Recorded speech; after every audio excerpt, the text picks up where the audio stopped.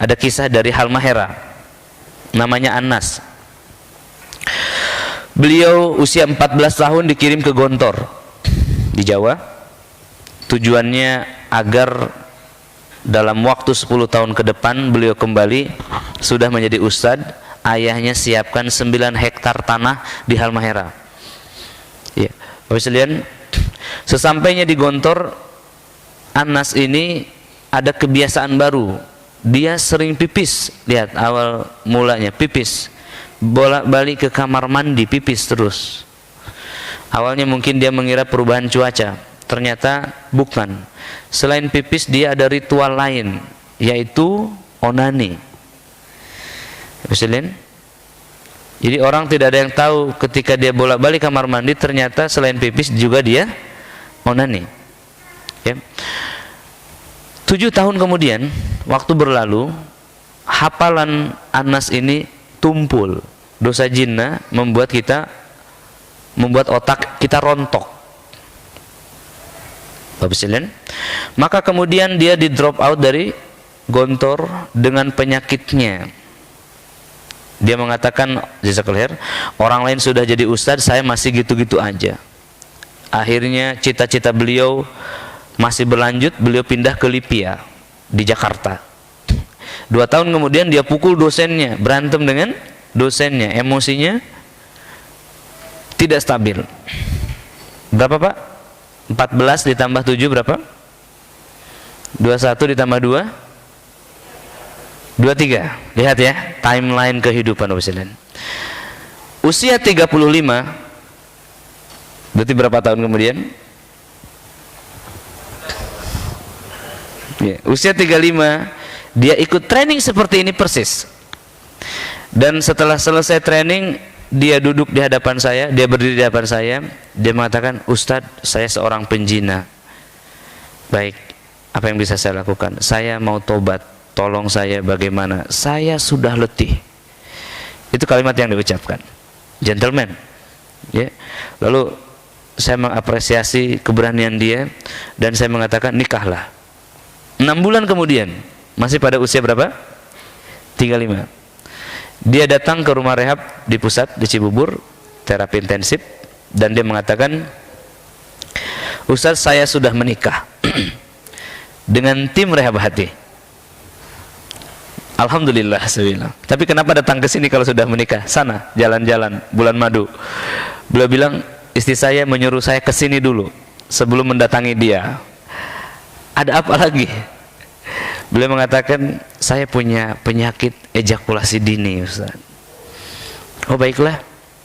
Ejakulasi dini, Bapak sekalian, lemah syahwat, impotens, itu gangguan setan. Ya, saya punya tips dan obatnya. Meskipun saya bukan tukang obat kuat, saya tahu akar masalahnya, insya Allah. Ya, Muslim. Kemudian proses terapi berlangsung. Hari kelima baru kemudian beliau reaksinya luar biasa. Beliau terbaring, kakinya meregang, lidahnya menjulur, matanya keluar sedikit ya, keluar sedikit maksudnya, tidak menonjol begitu ya. Tangannya memegang senjatanya dan digerak-gerakkan seperti ayam sedang disembelih. Terbayangkan? Ya, subhanallah, saya bilang, ada apa ini? Saya rekam. Ada apa ini? Jinnya jawab, saya Maryam. Anas ini tubuhnya besar, tegap, rambut keriting, ya Halmahera Pak. Ya, tapi ngaku Maryam. Ini tidak mungkin jinnya. Saya bilang, dari mana Maryam? Beliau bilang, saya dari kerajaan, diutus untuk menghancurkan hidup dia. Ya, jin dari timur Pak.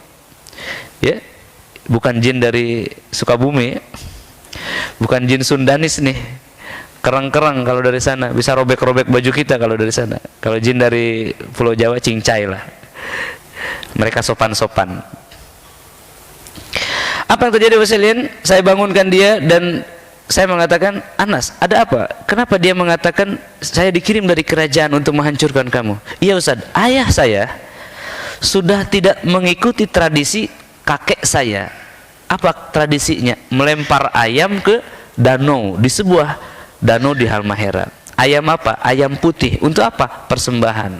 Oh, ayahnya berhenti dari kesyirikan, maka anaknya diganggu setan. Siapa? Kakek atau leluhurnya. Dengan gangguan apa? Misalnya dengan gangguan apa?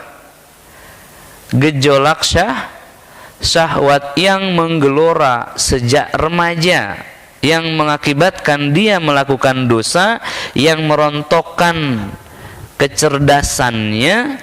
Beranjak dewasa punya pekerjaan, dia berzina. Kalau laki-laki sudah berzina, hancur tidak? Minimal sholat tidak khusyuk. Kalau sholat tidak khusyuk, selesailah, berantakan fase hidupnya. Lalu saya tanya, benar Ustaz, jadi setelah saya pindah ke Jakarta, keluar dari Lipia karena di drop out, saya bekerja di Matraman jadi debt collector. Sudah kezaliman di atas kezaliman. Apa yang terjadi? Ketika saya punya uang Ustaz, saya punya kesempatan untuk memanggil wanita-wanita malam. Kalau uang saya habis, pria juga saya bantai, waria. Berapa harganya? 50.000 beliau bilang. Terus kalau tidak ada pria, saya melihat binatang pun terangsang. Kalau semua itu tidak ada, saya ambil pisau, saya hisap darah saya, baru saya akan merasa puas. Tapi tidak lama akan terasa lagi gejolak itu, dan saya lakukan itu lagi. Saya letih Ustaz. Lihat, orang yang berhenti dari dosa karena apa? Letih Ustaz. Dan dia tidak paham bahwa dirinya ada setan. Pertanyaan, statement pentingnya, lihat cara setan menghancurkan manusia. Dengan apa Pak? Dengan dosa. Kenapa dengan dosa manusia akan hancur? Kenapa? Karena jauh dari Allah, karena mengingkari Allah. Sama seperti setan, ingkar. Ini yang disebut chemistry. Oke, itu Anas. Bapak sekalian, apa yang terjadi 6 bulan kemudian? Ini timelinenya saya hafal betul ini. Ya, 6 bulan kemudian beliau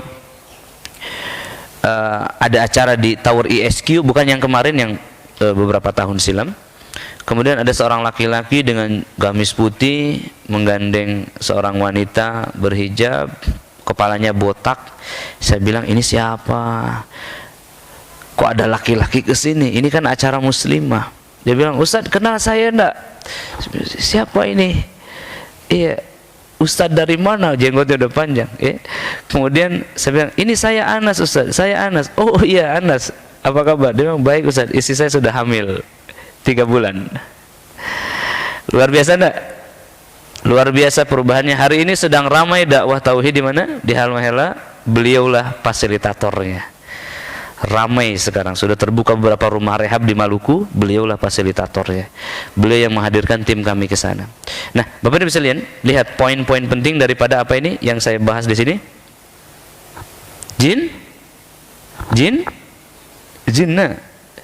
Jinnah ini berhubungan dengan syahwat, gejolak syahwat kemaluan. Syahwat ada 4. Ya, gejolak syahwat kemaluan, gejolak syahwat perut, ya, gejolak syahwat harta, dan gejolak syahwat kekuasaan. Kita bisa selamat mungkin dari syahwat perut, belum tentu yang di bawah perut. Kita bisa selamat dari syahwat yang di bawah perut.